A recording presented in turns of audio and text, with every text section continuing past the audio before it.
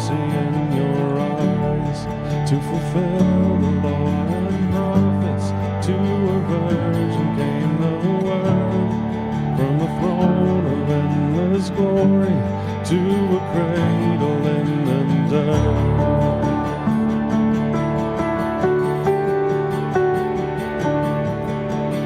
Praise the Father, praise the Son, praise the Spirit, three in one. God of glory, majesty, praise forever to the King of Kings.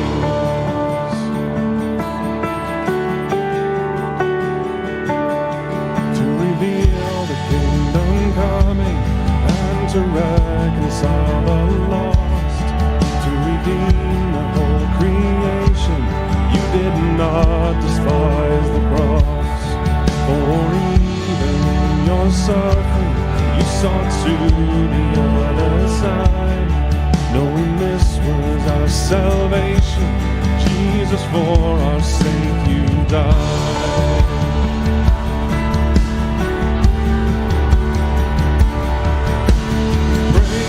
The Father, praise the Son, praise the Spirit, three in one. A God of glory, majesty, praise forever to the King of Kings.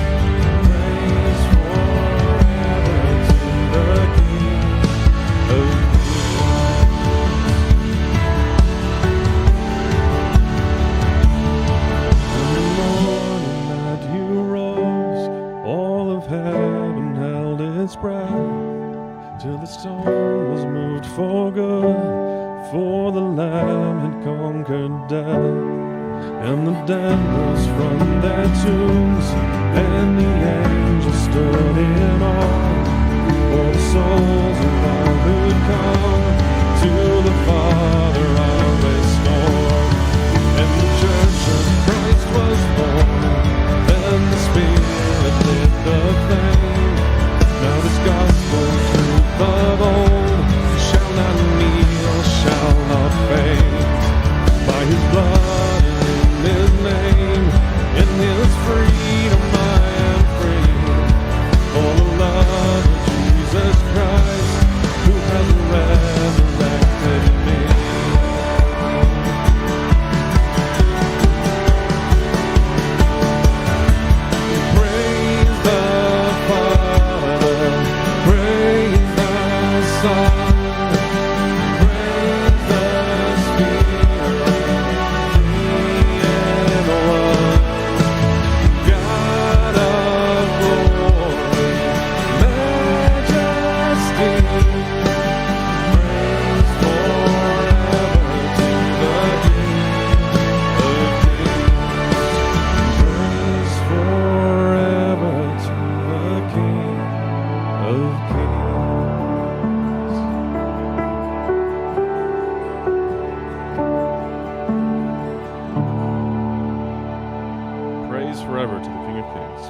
Amen.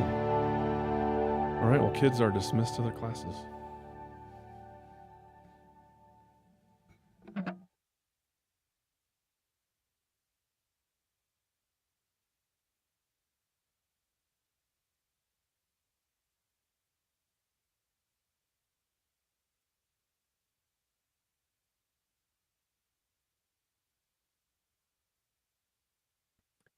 Good morning. You know, there was like 4 people here at 10 o'clock. I'm going, wow, Lord, they must need this message. But evidently there was more than just a couple. You can turn to your Bibles to Exodus chapter 20, and we're going to start at verse 18.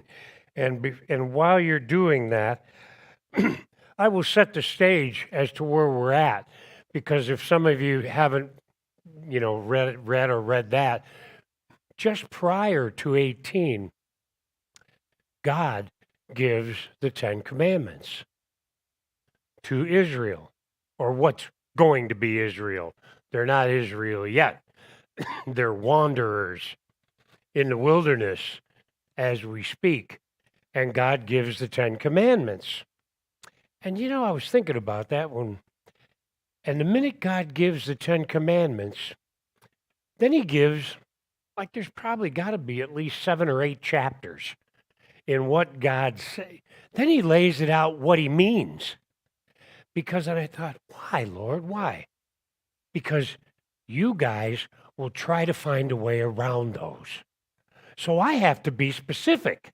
I have to lay it out for you exactly what it looks like, the 10 Commandments. So with chapter 20 and verse 18, it starts out, now all the people witnessed the thunderings, the lightning flashes, the sound of the trumpet, the mountains smoking. And when the people saw it, they trembled and stood far off. It's no wonder. That's quite the scene if you stop and imagine that in your mind of what they must have been seeing. Then they said to Moses, "You speak with us and we will hear, but let not God speak with us, lest we die." They were afraid, and rightly so. It gave me pause to think about how possibly I will react when I come before the Father one day. And I go, yeah, I could see me down on the ground with my face planted in it, because I don't think there's any one of us that's Christian that thinks we're worthy after we realize what Christ's done for us. And we bring nothing to the table, It's not anything that we do. But man, imagine this display. And Moses said to the people, "Do not fear, for God has come to test you, to put you on display, and that his fear may be before you, so that you may not sin." Well, for those of you who are not maybe familiar with the word fear, biblically speaking, it's different than the word used in the world. We're not afraid of God, but the fear is more of a reverence and a respect. Kind of like if you're old like me, kind of like you had for your father back in the day. You respected your dad. You feared him. You had a real reverence for him. What he said went. Kind of not today where kids arbitrate with their parents. The minute the parent lets the words go, it's arbitration time. But when my dad spoke, there was no dealing. It was do it or else. And you always knew that was there, even though necessarily it wasn't always acted upon, But anyway, that's how we're to treat God, and in so doing, treat his word. The laws. And he's setting up, Jesus deals with us individually in the New Testament, correct? God's setting this law up for a nation because there is no law prior to this. There's no government, there's no penitentiaries, there's no police. It's just patriarchal prior to this. So God is actually setting up the government for them and telling them what it should look like. So the people stood afar off, but Moses drew near the thick darkness where God was. Oh, Moses, he went where angels feared to tread, didn't he? He was forgiven a lot. Some of you may not remember, Moses was a double murderer who God forgave and restored after 40 years in the wilderness, remember? Kind of like a 40-year penitentiary visit for Moses into the wilderness. Then he brings him back. Now I can use you. But yeah, he was a double murderer. And then the Lord said to Moses, "Thus you shall say to the children of Israel, You have seen that I have talked with you from heaven.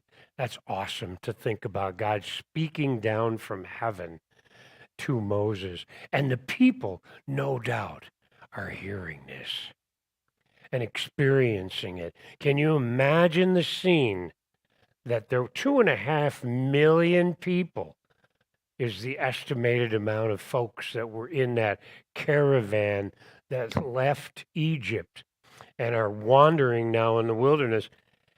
They don't know they're wandering yet. Chances are. They don't know that yet.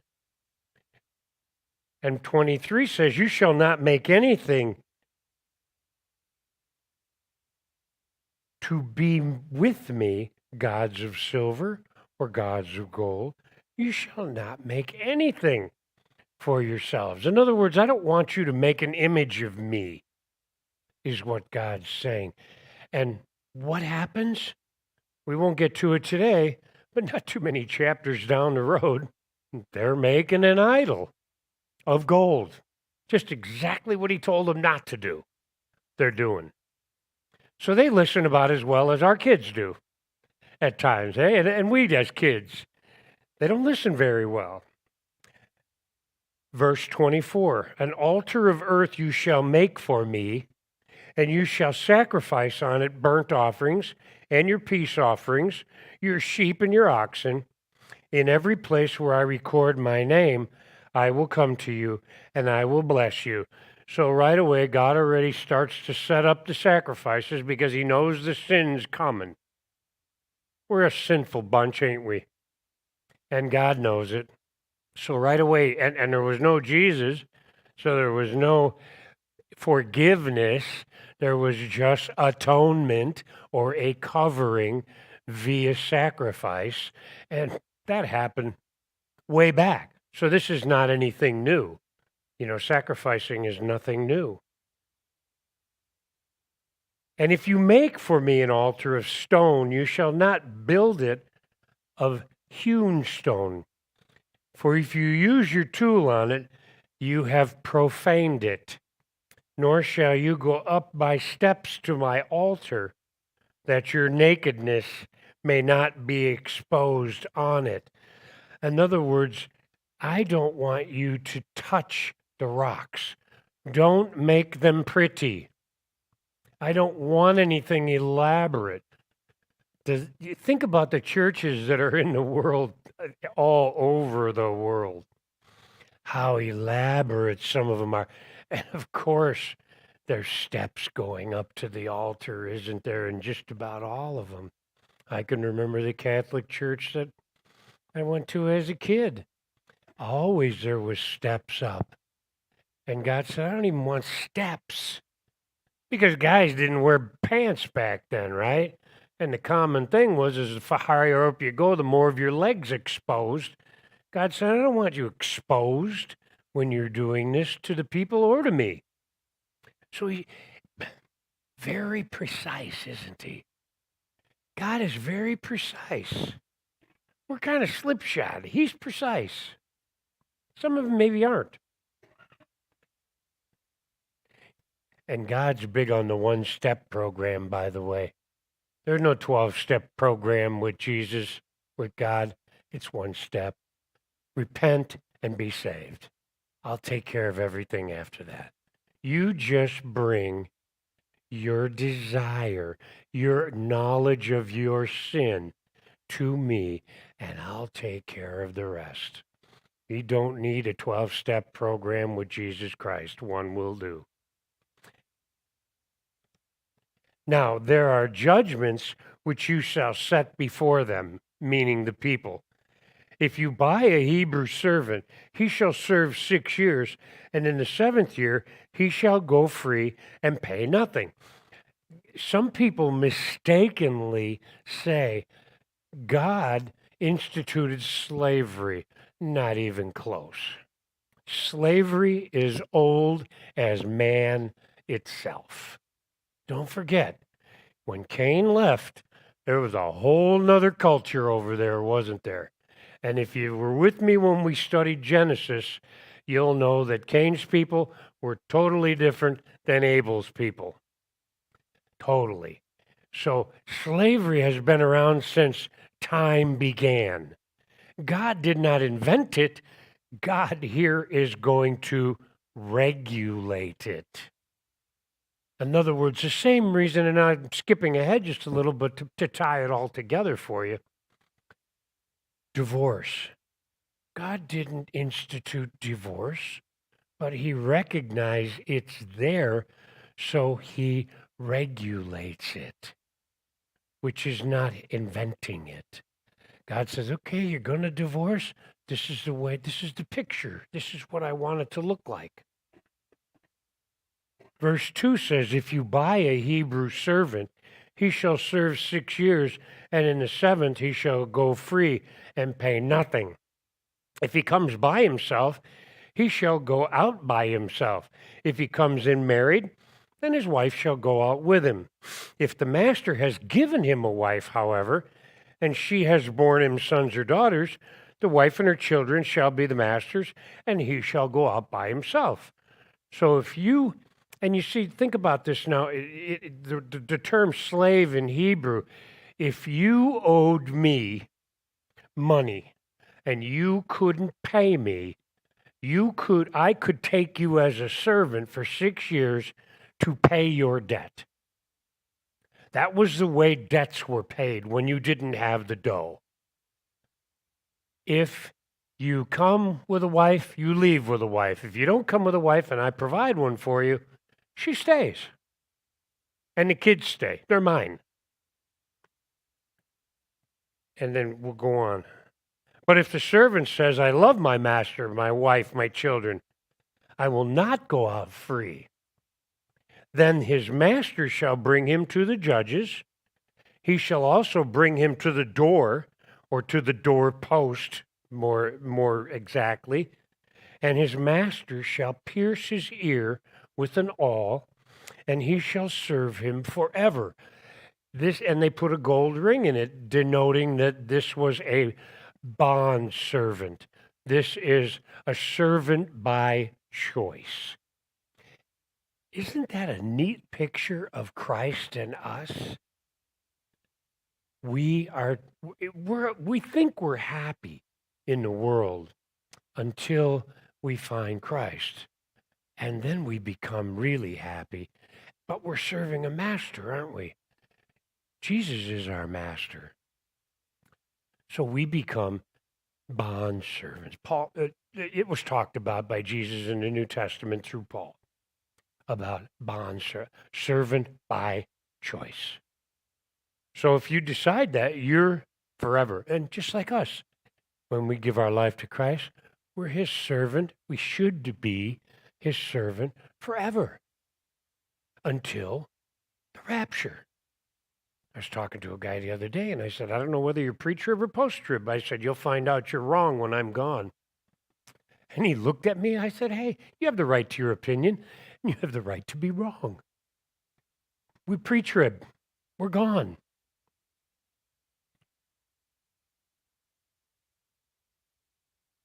And if a man sells his daughter to be a female slave, she shall not go out as the male servants do. Ladies, things have gotten brighter for you over the years, haven't they? We're not selling you these days. Your dad is not selling you these days. But in those days, you could sell your daughter too, or your son. If I had a debt to you and I couldn't pay you, I could sell my daughter or my son to you as payment. And for 6 years, they would be your servant.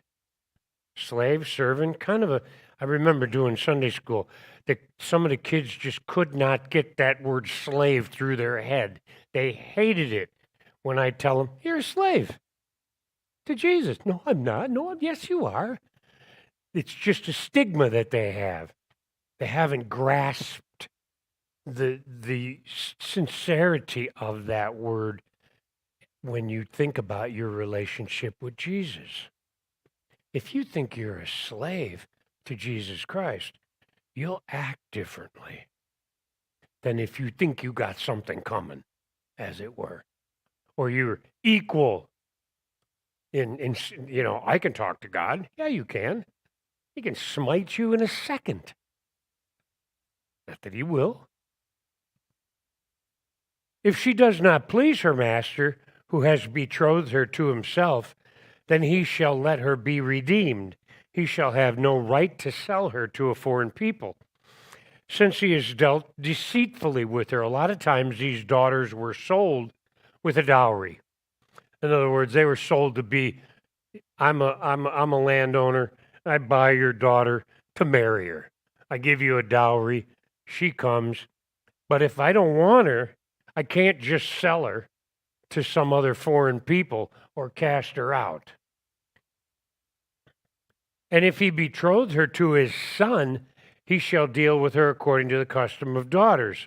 So if maybe I bought a wife for my kid and he don't want her, I can't just pitch her out. I got to take care of her because she's ours now. And if he does not do these three things, if he takes another wife, he shall not diminish her food, her clothing, and her marriage rights. In other words, she can still marry, and I got to take care of her until she does. She's my responsibility now because of the transactions and the way it went. God was very precise. Don't forget, ladies, you didn't have any rights in those days in a lot of cultures. You were just property. Jesus is saying that's not the case. You're not just property. And it goes on in the New Testament to even expand on that more that we're not going to go into today. And if he does not do these three things for her, then she shall go out free without paying any money. If you don't take care of her, she's out of here. She can leave. You know, in Roman culture and in a lot of other cultures, if you didn't like what your slave did, you could just kill him and bury him in the backyard and go buy another one. They were property. God says that's not the case. So you see, people that think that God is this way have to relate it to the cultures of the day, the Egyptians, the Romans, later on, the Canaanites, these cultures, it was not like this at all. It was completely different. If you ever read about any of those cultures, you'll see that they were brutal compared to what God is ordaining here for the future of Israel. The laws concerning violence. He who strikes a man so that he dies shall surely be put to death. We're speaking now of premeditated murder. A person that's convicted of premeditated murder, it's a capital offense. Simple. Done. How many people do we have sitting on death row in this country? I mean, thousands and thousands of people that we have sitting, and some of them languish 20, 30 years. God says it shouldn't be. Take a life, you're convicted of it, take yours. He instituted capital offense. However, if he did not lie in wait, but God delivered him into his hand, then I will appoint for you a place where you may flee. This is involuntary manslaughter. You and I are fighting. I hit you, you fall down, you hit your head on a rock, you die. I didn't mean to kill you. We were just fighting. It's called manslaughter in our terminology today. God set up cities of refuge where you could go, and there were judges at these cities of refuge who would judge the cases, because you have to remember there was no legal system, no penitentiaries, nothing like that. This God is instituting all of this for the very first time. And so, but each family had what they called an avenger of blood. If you kill one of my family, I'm the guy in my family that goes out and finds you and kills you in revenge for that But God said, if you didn't mean to kill him, you can go to the city of refuge, and then the judges will look at it. And already judges were appointed to do these cases, and then it will be decided upon.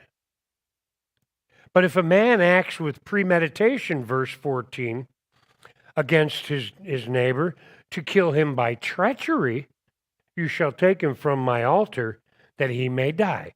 If you're in the city of refuge, if you're before the judges deem you premeditated it, you didn't do it accidentally, you don't have sanctuary in my city anymore, God says. Now you're to be taken and put to death like a premeditated murder. So God was very definitive on how things should go.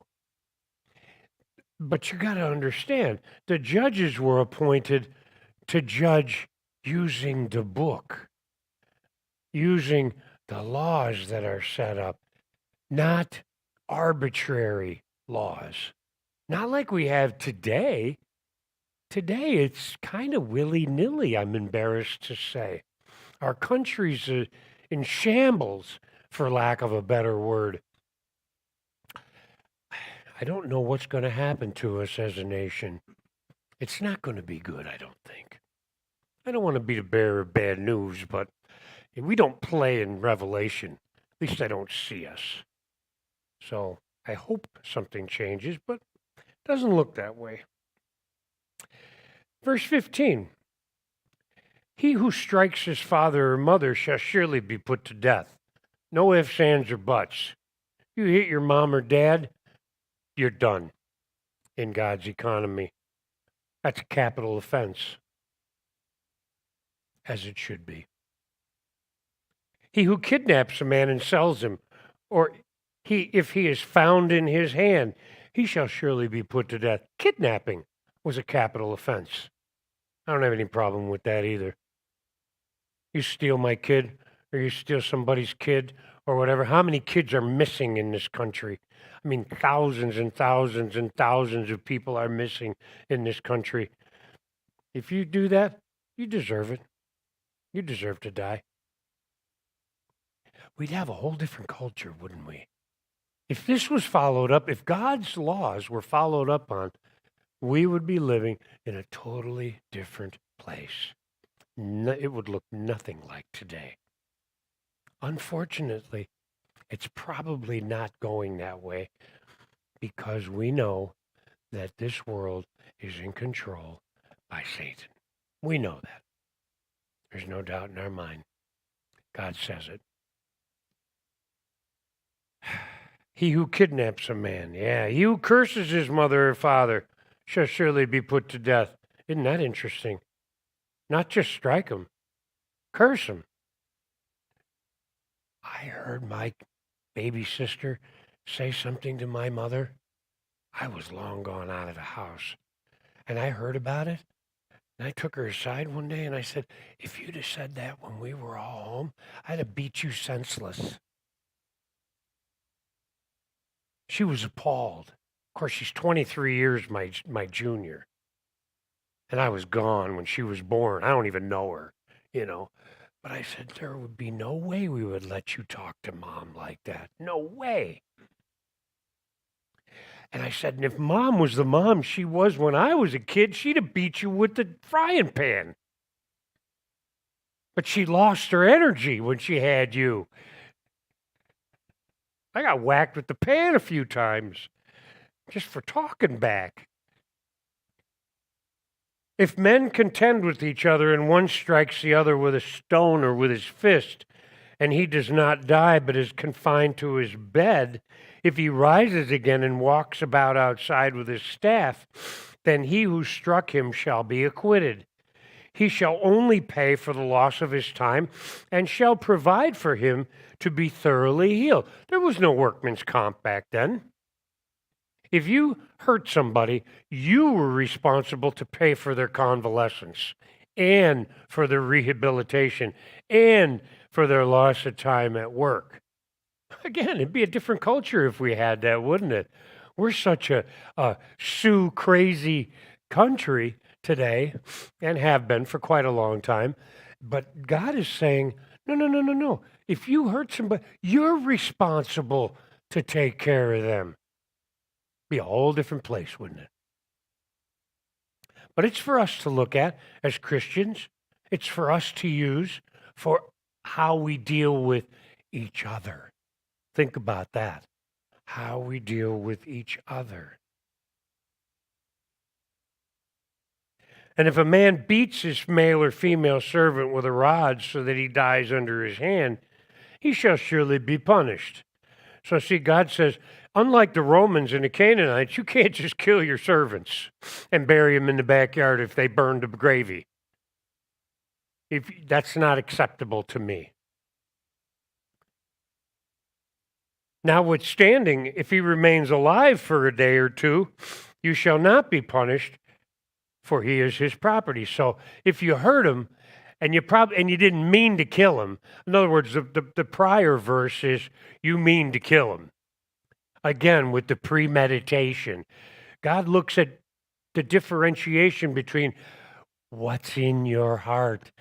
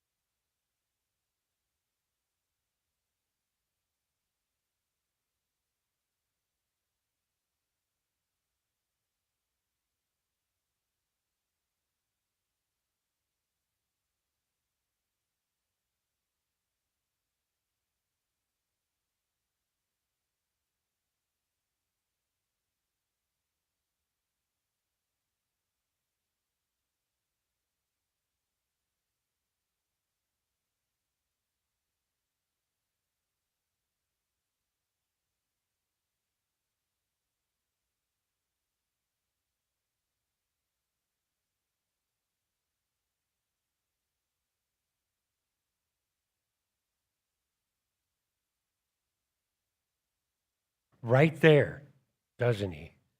Right then and there, God stated, this is way in the beginning of the Bible. God says, I recognize children in the womb as human beings, unlike the world.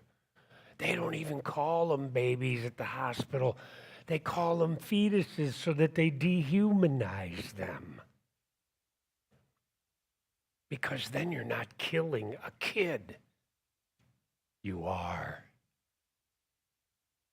I forget how many, the number's astronomical. And I remember Billy Graham saying one time, years ago, if God doesn't judge America for that, he owes Sodom and Gomorrah apology. True story. I bet you, I got a feeling that the judgment's coming for this country. I have a feeling. It's just a premonition of mine. It's not written in stone anywhere.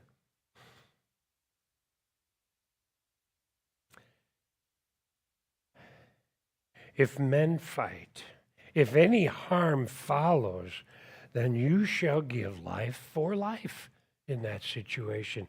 If you kill that kid, you owe your life. People could say, well, that's pretty severe. Is it? I don't think so. Imagine if your wife had a baby in here and someone else kills it. It'd be devastating.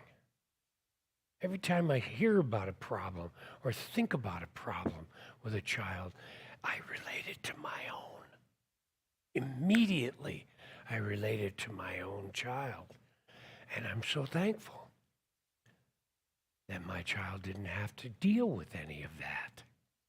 And I didn't have to deal with it. Imagine the grief that you would feel. Imagine it. The picture is hard to get your hands and your head around. If a man strikes the eye of a male or female servant and destroys it, he shall let him go free for the sake of the eye. If he knocks out a tooth in his male or female servant, you should do the same thing. So if you're a slave in that day, and you get beat and you lose an eye or a tooth, you're free. One pastor I was listening to talking about this said, sounds like a pretty easy way to get out of it, doesn't it? Well, I don't know about that, but you could say that, right? You could say that. But God deals a lot. God deals with our heart. There's was a popular radio show years ago called Matters of the Heart. Some of you may have heard it who've been around here a while. And I got to thinking about that. And God, the only thing that matters is your heart. God looks here. What's your motive when you're doing what you're doing? Why? My mother used to be that way. I remember I got caught robbing something when I was a kid. And of course, they bring you home. And I said, Ma, I got caught. And she said, no. You shouldn't have done it in the first place. It was wrong. See, I didn't have the right mindset. I thought I shouldn't have got caught. She said, no, the mindset is you shouldn't have done it. I'm looking at your heart. My mother was looking at my heart, for goodness sake. Jesus Christ looks at our heart, at our intent of what we're doing it for. If an ox gores a man or a woman to death, then the ox shall surely be stoned, and its flesh shall not be eaten, but the owner of the ox shall be acquitted. But if the ox tended to thrust with its horn in times past, and it has been made known to the owner, and he was not kept and confined, so that it has killed a man or a woman, the ox shall be stoned, and the owner put to death. Let's put that today. We're responsible for our animals, is what God's saying, correct? Especially if we know their propensity. You have a dog, and that dog is known to bite somebody. Don't let him off the leash. If he does, you should pay with your life. That's what this is saying. And you know what? That doesn't play well in our culture, does it? But I just read a story about a lady back east. 3 dogs attacked her. They're amputating limbs as we speak. She's lucky to be alive. They just had to cut off her leg. They had to deal with it, cut off parts of her arms. She'll never be the same because the owners weren't responsible for their animals. God here says, I have to even tell you guys how to deal with your animals. Can you imagine he has to do that? That we can't get it? That we're responsible for the actions of our critters? He uses an ox, I use dogs today. But it relates to all animals. But if the ox tends, if there is imposed on him a sum of money, he shall pay to redeem his life, verse 30. Whatever is imposed on him. So instead of death, the judges can impose a fine of whatever they choose, and you got to pay it. Or you become my slave, don't you? If you can't afford to pay the price that's owed. There was no such thing as bankruptcy in those days. If you owed me, come on. You work for me for the next 6 years to pay your debt. Don't think people wouldn't have grown up a little more responsibly, hey? You think? Parents would have grown their children up more responsibly. I'm just going to go out on a limb and venture that would have been the case.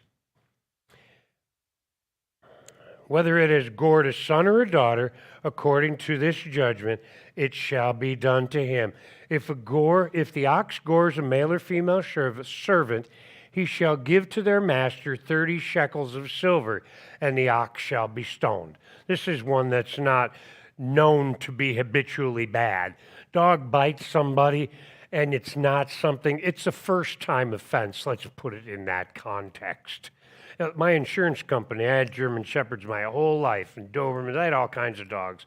I was a trainer years ago. And my insurance companies were always very clear with me, one bite. One bite. Second one would pay nothing. Don't you know you got to be responsible for this kind of stuff? If a man, verse 33, if a man opens a pit, or if a man digs a pit and does not cover it, or an ox or a donkey falls into it, the owner of the pit shall make it good. He shall give money to the owner, but the dead animal shall be his. You got barbecue, but you got to pay for the animal. And in those days, they were digging cisterns, places to store water. They would commonly store grain underground, stuff like that. But if you got to be, again, God is merely speaking about being responsible. Common sense. If one man's ox hurts another's so that it dies, then they shall sell the live ox and divide the money. And the dead ox they shall also survive. So you both got barbecue, but you got to pay. Or if it was known that the ox tended to thrust in times past, and its odor has not kept it confined, he shall surely pay ox for ox, and the dead animal shall be his own. On to 22. If a man steals an ox or a sheep and slaughters it or sells it, he shall restore 5 oxen for an ox and 4 sheep for a sheep. You steal my thing, I catch you, you owe me 5. Can't pay? Guess what? You're mine. It's real simple, isn't it? God's economy is real simple. You don't have anything that you do that doesn't have a repercussion and doesn't have consequences. I taught children's school for 18 years. The very first thing I taught, sin has consequences. Any one of them, you walk out there and ask them to this day. Sin has, and they'll tell you the word consequences right at the end of it. It was clear as a bell. You have to know this. You have to instill it in your children and grandchildren if you haven't already. Sin has consequences. If a thief is found breaking in and he is struck so that he dies, there shall be no guilt for his bloodshed. In the King James, it's clear at night. If it's nighttime, you shoot somebody in your house, you're clear. It's justifiable homicide at that point. But if the sun has risen on him, and there shall be guilt for his bloodshed, he should make full restitution. If he has nothing, then he shall be sold for his theft, again with the repercussions.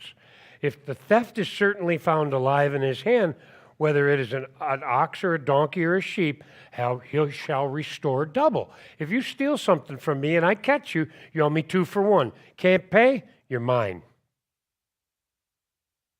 Everything has consequences. Everything. And God's showing Israel that.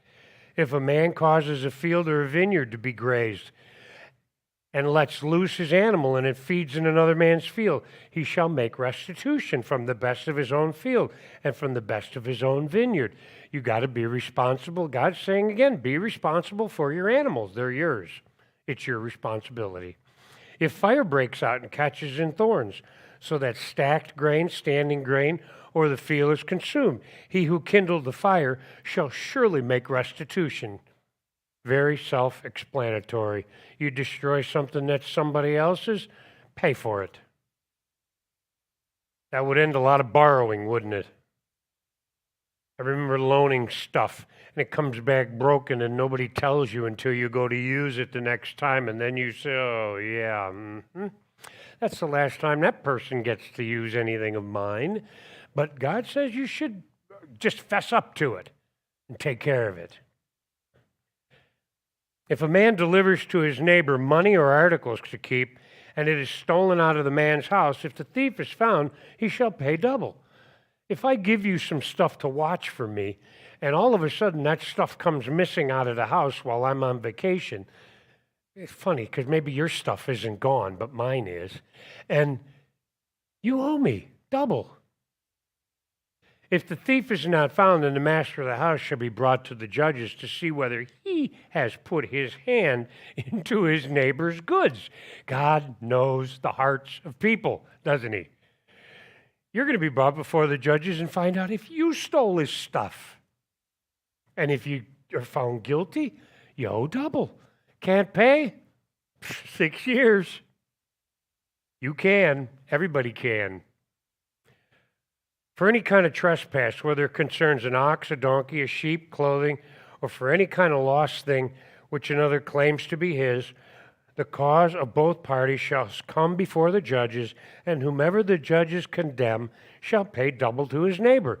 These judges were, remember back in the day when Moses was trying to be the judge over 2.5 million Israelites, and his father-in-law Jethro came and said, "You need to appoint some judges, buddy. This is way more than you can handle." God is now laying out the law so that the judges have something to go by. The judges are already in place. Now God's fine-tuning the law of the land, as it were. God didn't invent slavery. He just regulated it. And it was actually much fairer than in the surrounding cultures. If a man delivers to his neighbor a donkey, an ox, a sheep, or any animal to keep, and it dies, is hurt, or driven away, no one seeing it, then an oath of the Lord shall be between them both, that he has not put his hand into his neighbor's goods, and the owner of it shall accept that, and he shall not make it good. In other words, your word, if we're a Christian, your word should be good. That's what God's saying here. Your word should be good. End of story. If you, my brother, tells me this is how it went, end of the deal. If you're wrong, guess who's going to take care of it? Do you have to take care of it? No. I serve a mighty God. He's capable of taking care of anything, isn't he? Everything, anything. Doesn't matter. We should be more civil than the world as Christians. But in fact, if it is stolen from him, he shall make restitution to the owner of it. If it is torn to pieces by a beast, then he shall bring it as evidence, and he shall not make good what was torn. In other words, hang on to the carcass so you can show the guy when he comes back, hey, it got torn up by, wild animals. Here. And then you're not liable. You did your job. It's out of your control. If a man entices a virgin who is not betrothed and lies with her, he shall surely pay the bride price for her to be his wife. Having sex means I do in that culture. That's exactly what that meant. You have relations, man, woman, woman, man, and you're out of wedlock. I do is the next words out of your mouth. It was that serious in God's eyes. It was not flippant like it's portrayed today. Everywhere you look. God is very, very specific about that. Extremely specific, in fact.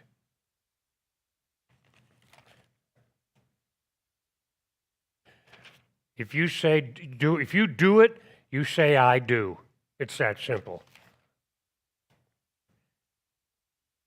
If her father utterly refuses to give her to him, he shall pay money according to the bride price of virgins. So I, as a dad of a daughter who slept with a guy, and I said, there's no way you're marrying this bum.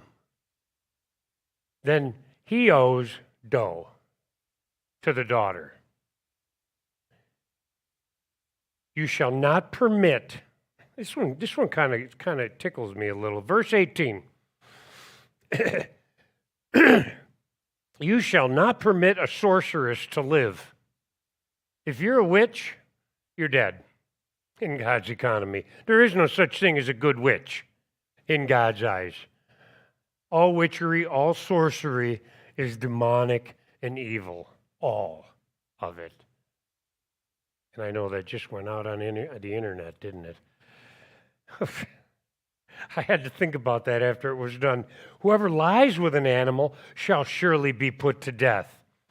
This was a common practice in Egypt and throughout the Canaanite culture surrounding the future state of Israel. Bestiality. God says, if you're found doing that, Put him to death. God doesn't have any patience for some of this stuff, does he? And nor should we. We shouldn't have patience with it. I remember big conversations many years ago about, well, if this is okay, if this is okay, if this is okay, then the dog's okay to have really? No. Well, God says absolutely not.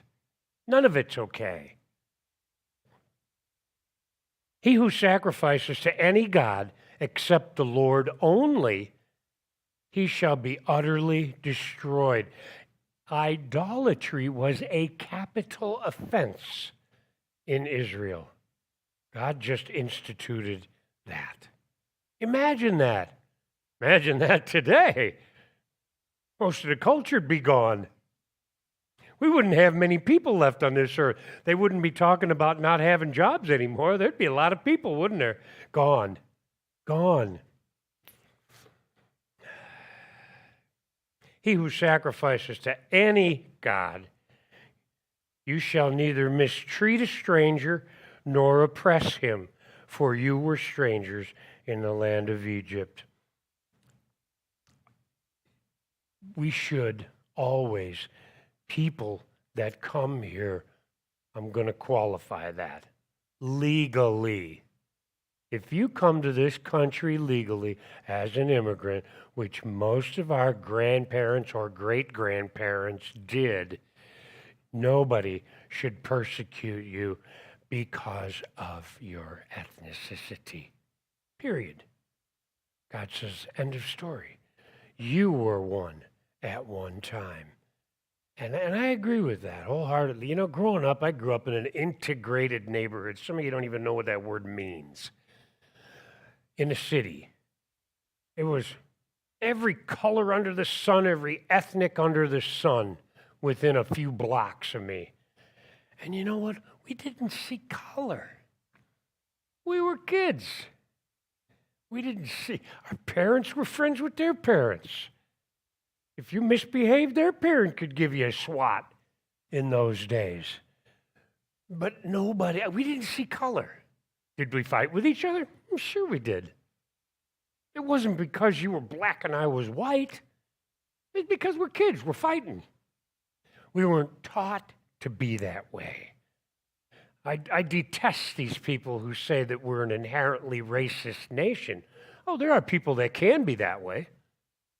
But not everybody was raised that way. I was never raised that way, to see color as something detrimental. Not at all. Not at all. And God says, don't treat people that way. I agree. I agree we should. I mean, here in Washington, in Deer Park, Washington, you live in lily white America. You know? This is completely different from where I come from. Completely. And it's not even close. Right? Wrong? No. It is what it is. It is what it is. You shall not afflict any widow or fatherless child. Check this out, verse 23. If you afflict them in any way, and they cry at all to me, I will surely hear their cry. Verse 24. And my wrath will become hot, and I will kill you with the sword. Your wives shall be widows, and your children fatherless. Is God serious about protecting widows and children? That doesn't leave any, there's no way to misinterpret that. No way. God, we should be looking out after, here we're zealous for your kids. If your kids are in our children's ministry, we are zealous to keep our eyeballs on them. Nobody mistreats our kids here. Nobody. We don't allow it. We don't ever put them in the position to be able to do that. We protect them zealously. Widows, God's got a soft spot in his heart for them too, because remember, in those days, widows didn't have anything and nobody to provide for them. There was no pension plan. There was no Social Security. Now, if the guy had a few shekels buried in a pot in the backyard, well, then she had some dough to live on. But sooner or later, it runs out. But God was very serious about that. When I read that, I went, my God, Lord, you're serious. You spell it out chapter and verse for us sinful human beings, don't you? If you lend money, verse 25, to any of my people who are poor among you, you shall not be like the money lenders to him. You shall not charge him interest. Now hear this. If a brother or a sister loans to another brother or sister, there should be no interest. Now, if you loan money to a non-Christian, all bets are off. If you're in that business, if that's your business, all bets are off. But if it's a sister or a brother, a Christian brother, God says don't charge them interest if they're in need. I get that. I get that. If you take your neighbor's garment as a pledge, you shall return it to him before the sun goes down. In those days, they didn't have closets in their houses. You ever see an old house? You ever see a house built in like the 17 or 18? Somebody ain't seen no 1700 houses. I have. But 1800 houses or early 1900, they got closets about this big. Why? That's the amount of clothing they had. Now you got closets the size of an apartment. You know, 1,000 square foot closet with lighting and all the, a wine bar and the whole deal, like it's a whole big program. Back then, you had one piece of clothing you wore. When that wore out, you got another one. Hopefully, you made a new one before the old one was completely tattered and gone.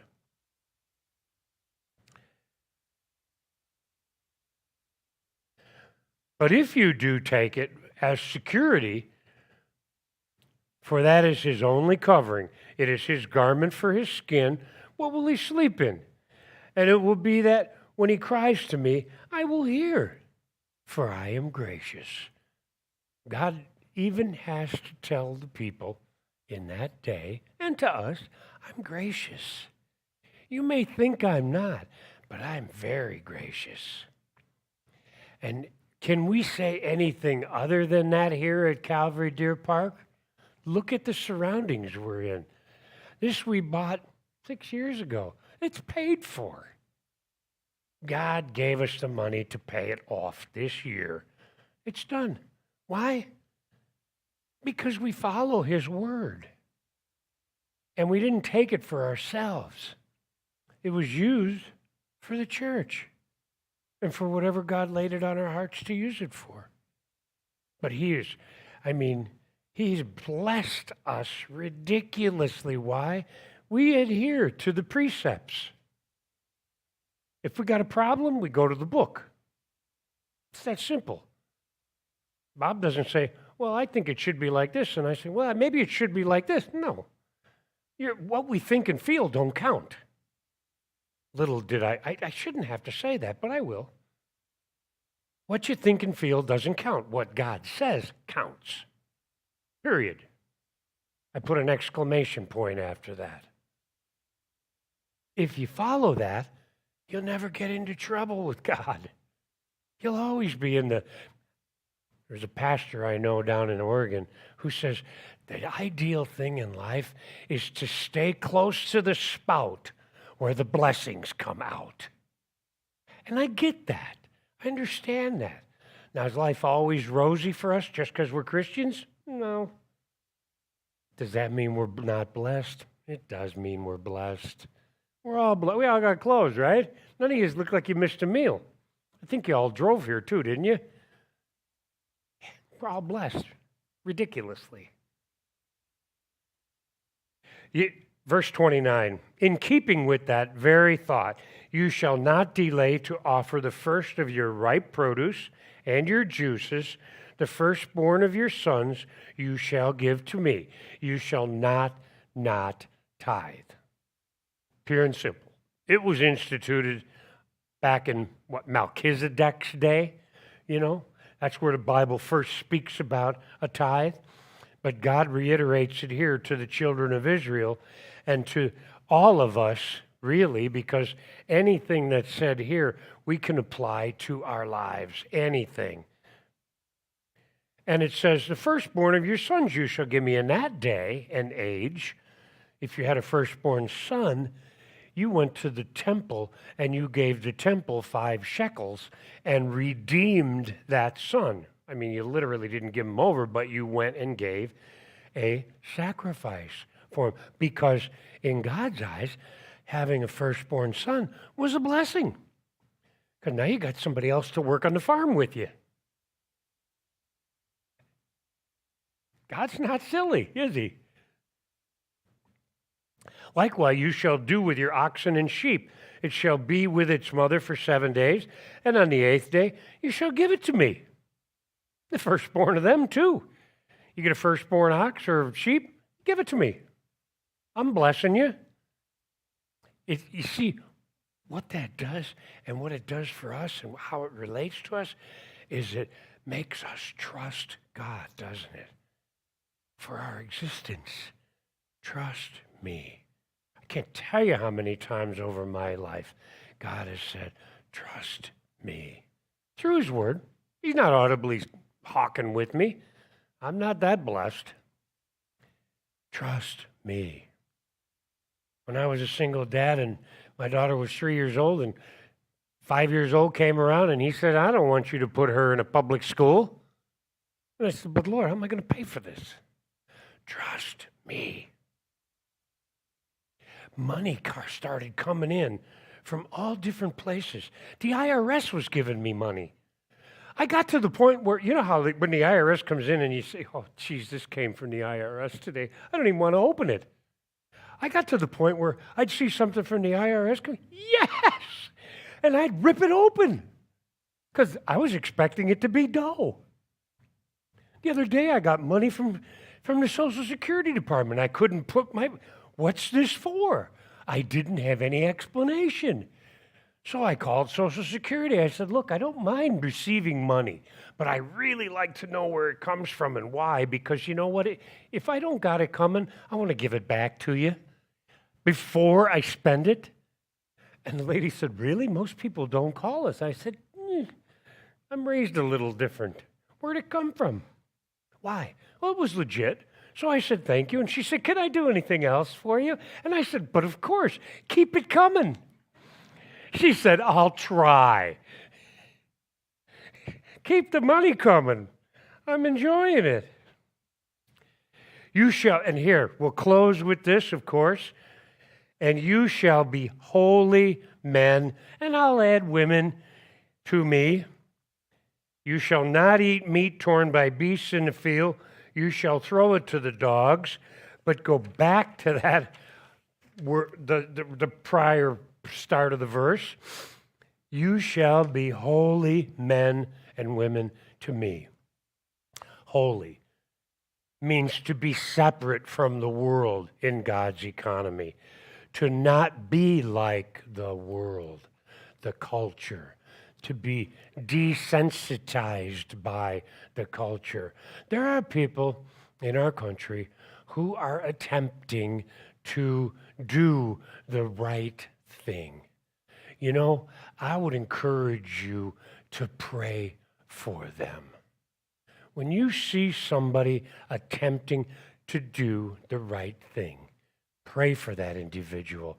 Pray that that individual becomes more powerful, that they can influence more and do more. And with our upcoming, midterm deals and all that, think about what you're doing. Think about what you're doing before you do it. Before you color that little spot on the page flippantly. Investigate. Think about it. I'm not taking any sides. I'm not telling you what to do from this pulpit. Later on, if you want to talk to me, I'll tell you what to do. But up here, I don't do that.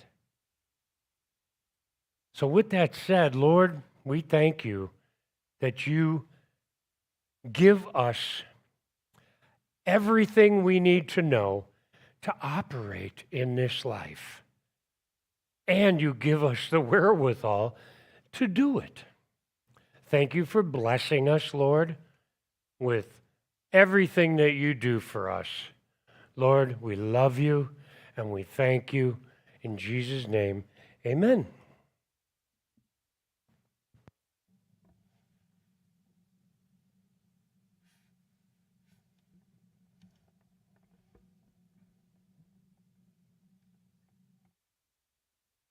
I guess Gene's a fast prayer. Okay. We're going to close with just the beginning of Jesus Paid It All Again.